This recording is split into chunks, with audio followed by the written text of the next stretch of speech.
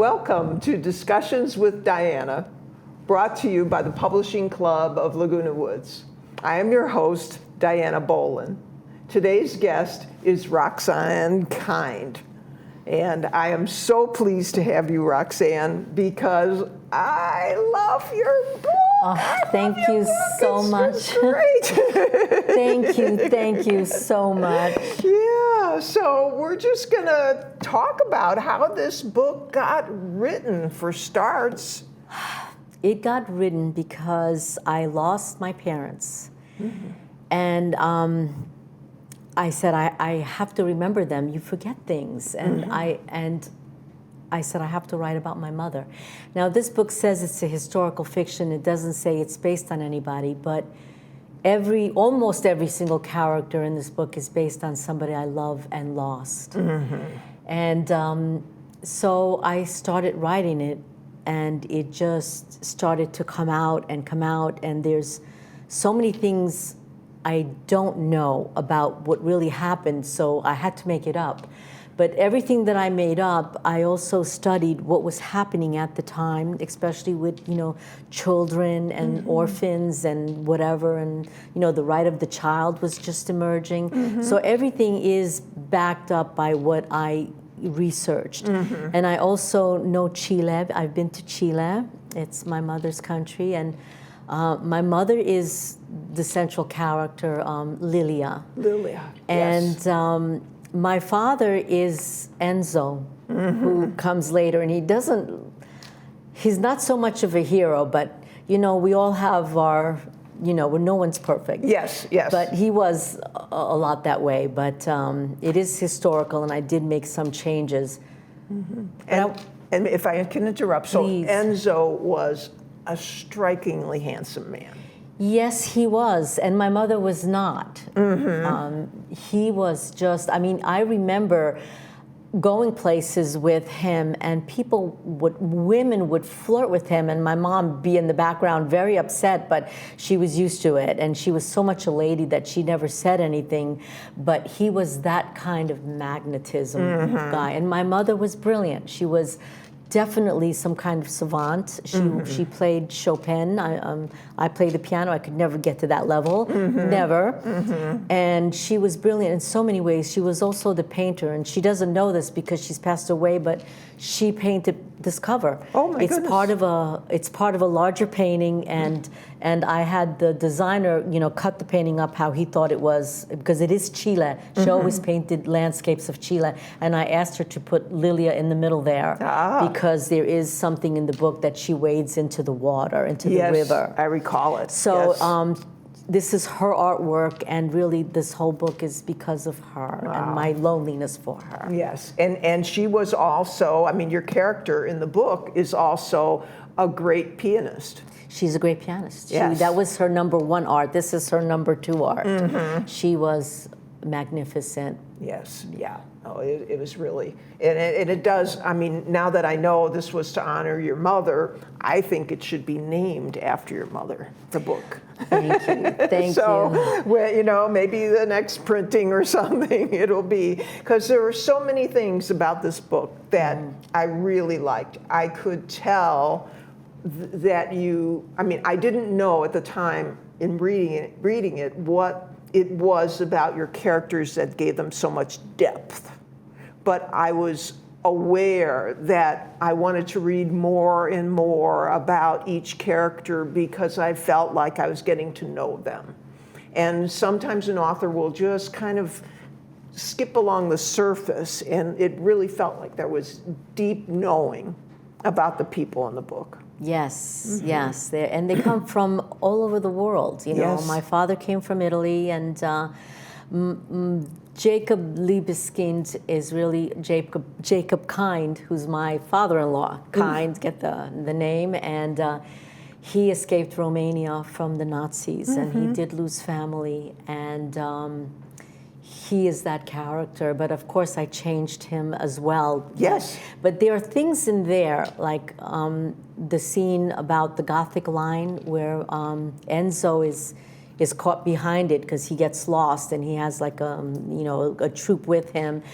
And my father did lose his friends, his people that were on that truck. He was the only one that made it out alive. And he would not tell me. And not even my mother knew what happened, but he did show us once in a while. He would take out a photo with tears in his eyes, and he would say, they're all gone, and he would show me the photo, and I have the photo.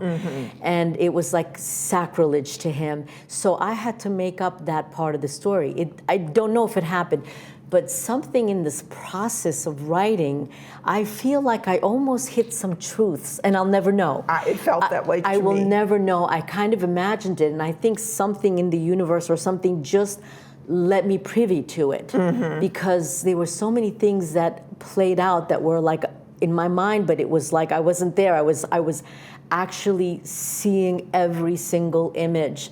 And I would write, and I would be lost in my own world, and I'd come out of my office, and my husband would say, oh my God, you were gone 4 hours. And I'd be like dazed, because I had to come back to like reality, because I was so immersed in this world. Yes. It sucked me in completely. Yes. And this is my first novel. I mean, I've always written stories and plays, but this is my first novel, and people say it doesn't feel like it's your first novel. It does not. And I feel like I shouldn't take the credit, because whatever happened just happened. And many authors say that. Do they? But Well, yes. okay. Yes. So it you kind of go into a trance or something. And coming out is difficult. It is difficult, and it's difficult for your husband too. Yeah, I gave him a nice note. I gave him a nice note in here, asking for forgiveness.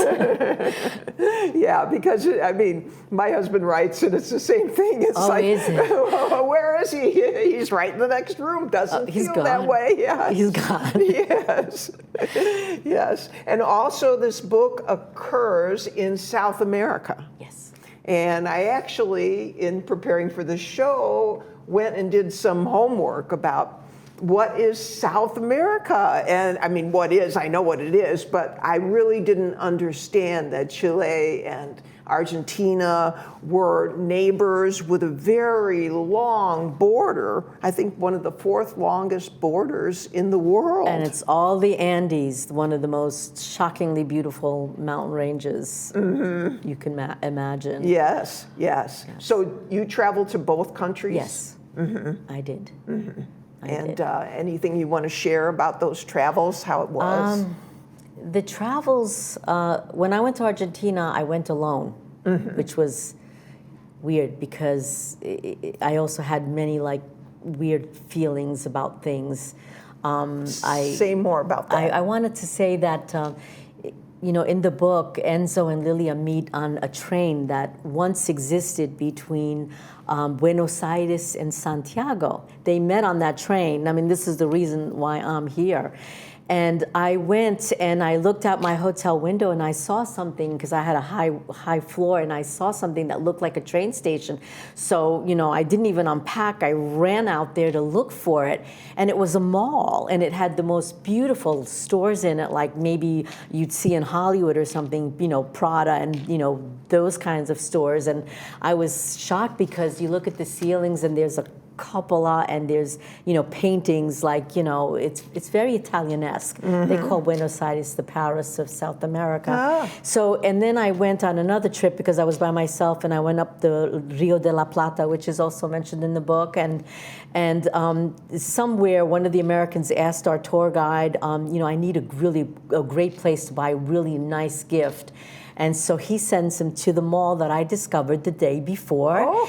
And, I said, yeah, it's beautiful. And then he said, it used to be a train station, but we no longer have a train between the two capitals. People drive now. Yes. And I was like, oh my God, it's like everything that happens, took me there. Took me to places, and I actually got to see what they saw, and I felt very much connected to a very distant time. And this was, while I was writing the book, I went there. Yes. And then, of course, Chile is the most magnificent country you can ever imagine. The middle part is wine country, and that's Maipo. This is where my mother would always paint pictures of, and you see that. and it's beautiful wines there. It wasn't when my mom was little. It was very poor, you know, people reeking out a living. Now it's very exclusive.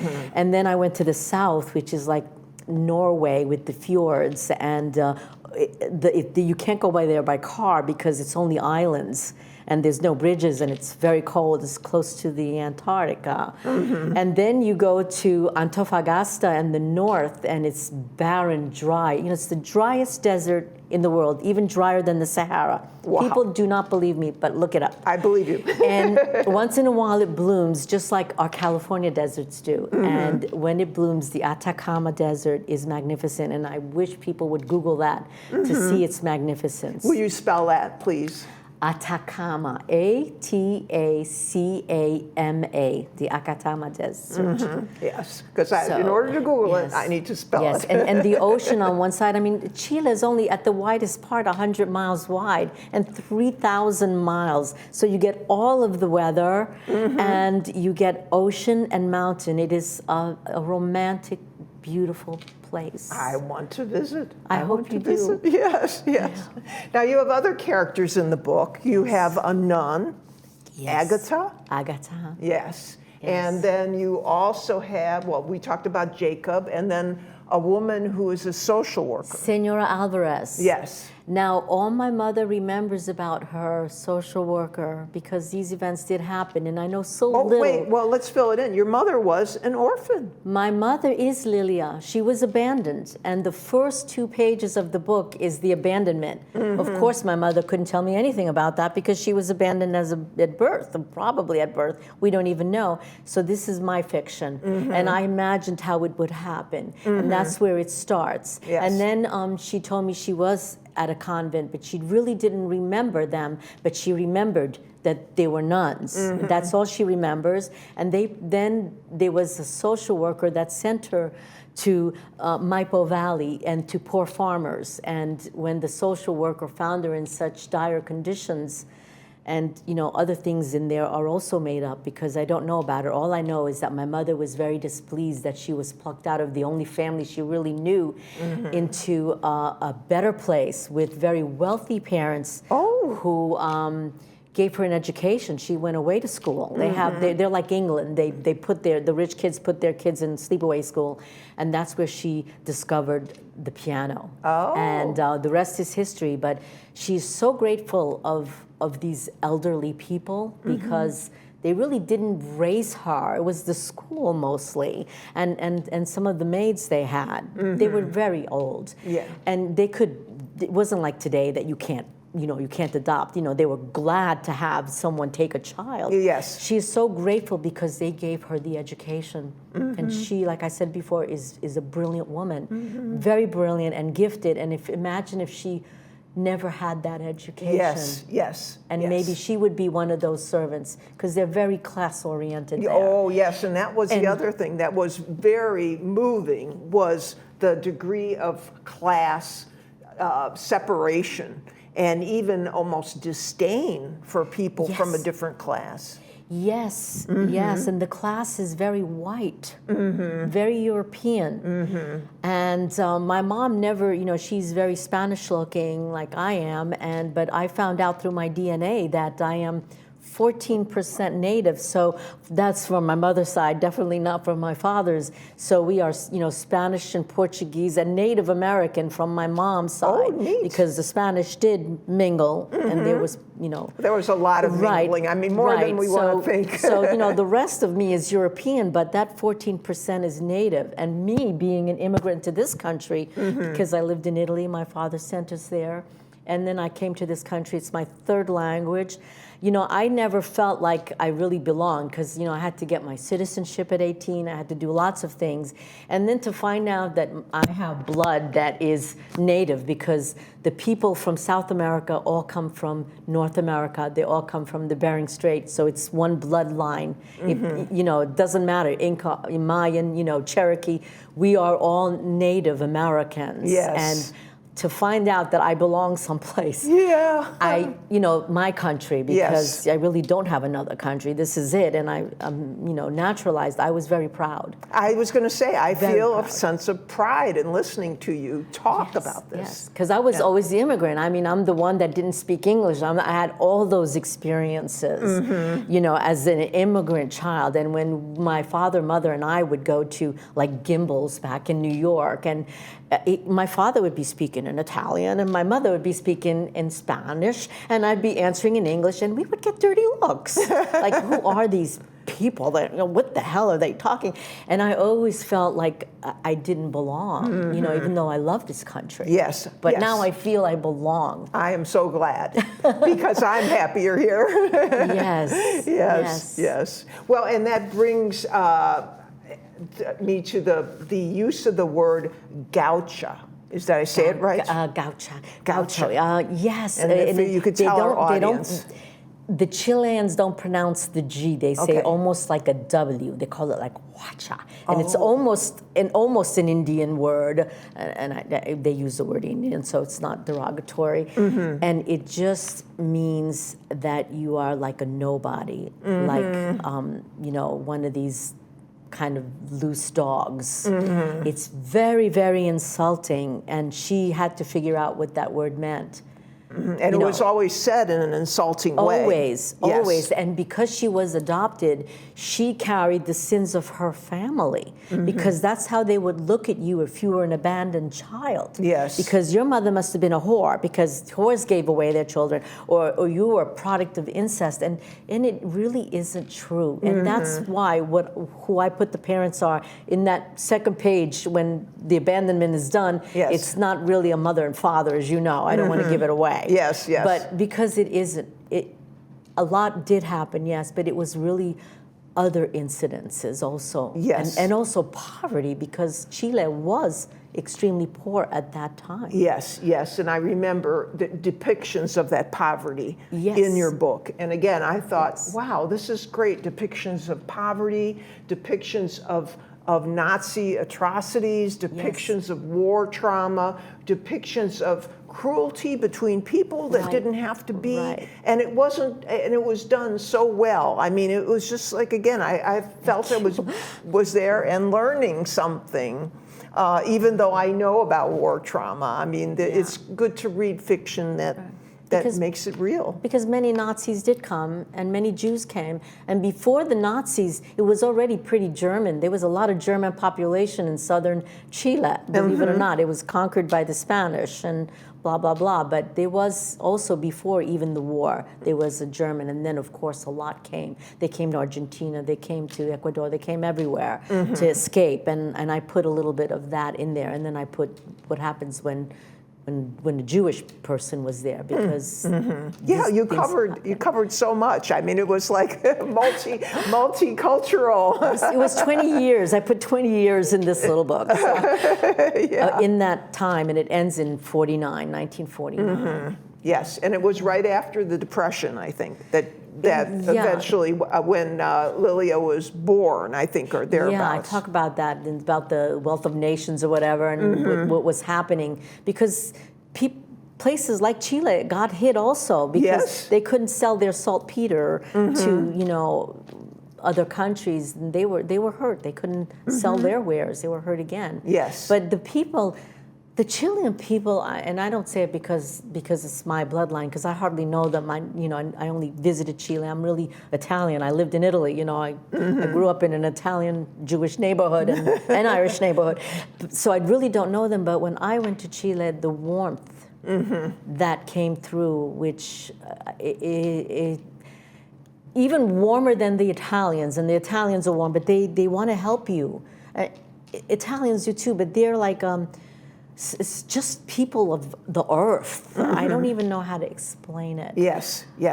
No, what I can relate it to is the Mexican people, even though a different culture, but still there's that warmth in the Latino. Yeah, Latino warmth that, it's like, even if you're not family, but you're related to family, you're welcome into the family. Right, and the way they greet each other, like, Americans, now we're hugging, but a few years ago we didn't hug as much as we do now, Americans. Yes. And if you go to places like Germany, I've never seen that. I had a little assignment there one time. I didn't see that. They were very nice people once they got to know you, but it was a hurdle to get to know them. It was a totally different culture, but in Italy and in Chile, you will get a hug and a kiss.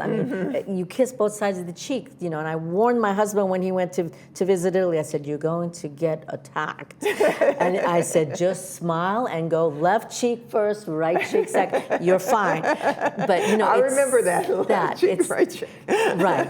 Right. So it's a very, very wonderful country. Yeah. And again, that detail in the book of Lilia being warned that when she went to, I guess it was Argentina. When she went to Argentina. And she was going to get kissed. Somebody warned her. Yeah, on both sides, because he's Italian. Both sides, And when she gets kissed, she didn't like the feeling of the whiskers. Right. And again, those details, it's like, yes, that's why I read fiction, because I want those details. And it's a reflection on life, really. It's not science fiction. It's... Yes, it's real life. It's real life. Yeah. And I don't want to neglect giving you credit for also being an actress all your life. Thank you. I've been a lot of things all my life, and being in the arts, you have to do even other jobs. Yes. Yes, I started out as an actor, and I love dialogue. I shouldn't have said actress. I apologize. No. I love it because my acting background, I went to the American Academy of Dramatic Arts. I'm also a teacher here at the Woods. I teach scene study and readers theater, so a lot of the village knows me. It helps me. I think writers and actors are very much alike, but actors are a little bit more extrovert and writers are not, but together they complement each other. And I think I have my love of dialogue because I'm an actor, but I see this as a film, and I also have the prose, and I hope the scenery that you could see in your eyes. So I think it's a good complement. Yes, I think it is. So what would you say, in terms of acting and writing, was the most helpful between the two?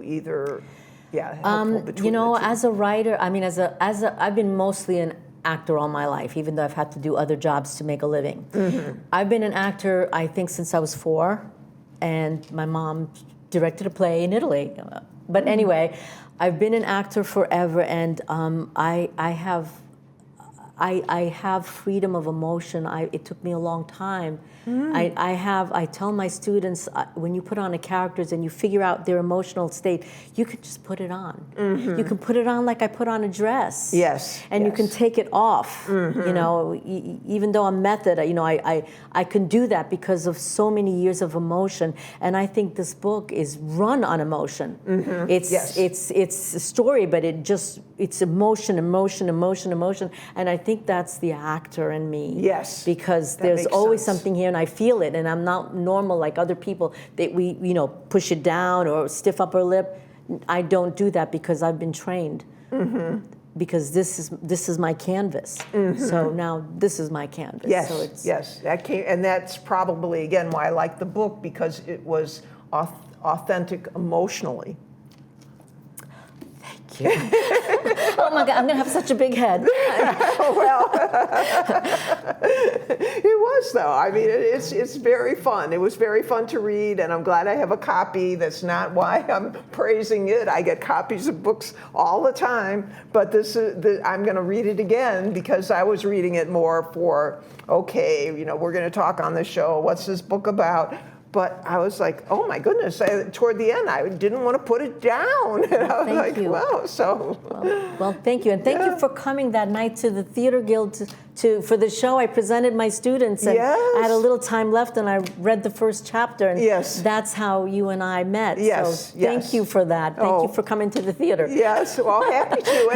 And since we're talking a little bit about the theater, everyone who performed your scenes that they did scene study about did a good job. They did, and one of my actors is 92 years old. I know, and he remembered most of his lines. Yes, how great is that? Yes. To give somebody like him a chance, and he was a doctor. Oh, my And goodness. he loves theater all his life, and here he is at 92. We helped him up the stairs. 'cause I remember that, We yes. helped him that, and to have that joy that you can act. I mean, how great is this village that allows that? And, Oh, I know. And emeritus, Saddleback Community College, thank you for the classes. Yes. They're free. And, Yes, we're very grateful that you're teaching here. Well, I mean, if I thank can you. speak for the village, I haven't taken your class yet, Thank but you. I'm thinking about it for sure. So I'm going to see if I did. Oh, the other thing I would just mention is, let me ask you about the Chilean Terrier. So you put a dog in there. Yes, I put a dog. He's your one book. of the original breeds. Yes, of Chile. Yes. I looked that up, Chile. Yeah. Yes, yes. And it's a mix of a type of terrier and just The Chilean dogs. Original, not mixed breed, Yeah. Forced breeds like most dogs are. Yes. So yeah, that's who he was. And then he was named after Lord Baltimore. Lord Baltimore. He was because my mother had a dog, called Tito, they called him, because she was reading about Lord Baltimore. Oh, wow. She was reading about him when she got her dog. So I had to put that in there. That was great again, Yeah, because those details, and I say that to our audience who writes, the details are so important. Whether they come from your life experience, well, they have to really, but I mean, don't be afraid to put details into your written work because that's what makes it come alive. It's not simply a story. It's more than a story. It's human beings that we're talking about. Yes. Yes. Thank you. And it's a love for them. Yes, yes. And I hope it showed. It did show. It showed very, very much. And I mean, just one I will say, frame of reference in terms of the book was that at the end of the book, your character never got to, she was always like a women's liber in some ways. Yes. She was, yes. And yet she didn't see a time when women got the right to vote in Chile. Right. I have to also say that some people have said to me that they didn't believe the Lilia character because she was so naive. Oh. Now, let me tell you, my mother was such a gentle, brilliant creature. And I mean, I remember her, because things are different than in the book than in real life, and I don't want to give it away, but she was so naive. I mean, she was. She I just believe it. didn't have that experience. Yes. She was sheltered and she was educated. Yes. So she was naive, and naive doesn't mean that you're not brilliant. That's right. So, I spar with that. Yeah, no, I'm in agreement because also brilliance can sometimes get in the way of not being naive because you think everybody gets the world like you do. Yeah. And it's not true at all. There's evil in the world and pettiness in the world. And your character was frequently surprised by the pettiness. Yes. Yes. Yes. Yes. Yes. So, well, I think we're out of time. Oh, probably. We probably went over. I know, maybe we did. Well, Thank you. if you see any little glitches in the film, it's because we had to cut. But that being said, I want to conclude this episode of Discussions with Dianna, brought to you by the Publishing Club of Laguna Woods. Why the change in the name? Well, Discussions with Dianna will have a broader focus than Right on Track. I'll not only feature authors like Roxanne, but other people who are making a significant contribution to Laguna Woods Village and providing important information on timely topics. So I want to always have a show that contributes to the well-being and knowledge of Laguna Woods residents. The broadcast times remain the same, right here on TV6, Mondays at 10:30 a.m. and Thursdays at 4:30. Thanks to our guest, Roxanne. Thank you. And the staff here at TV6. May you follow your dreams with passion, persistence, and faith. See you again soon.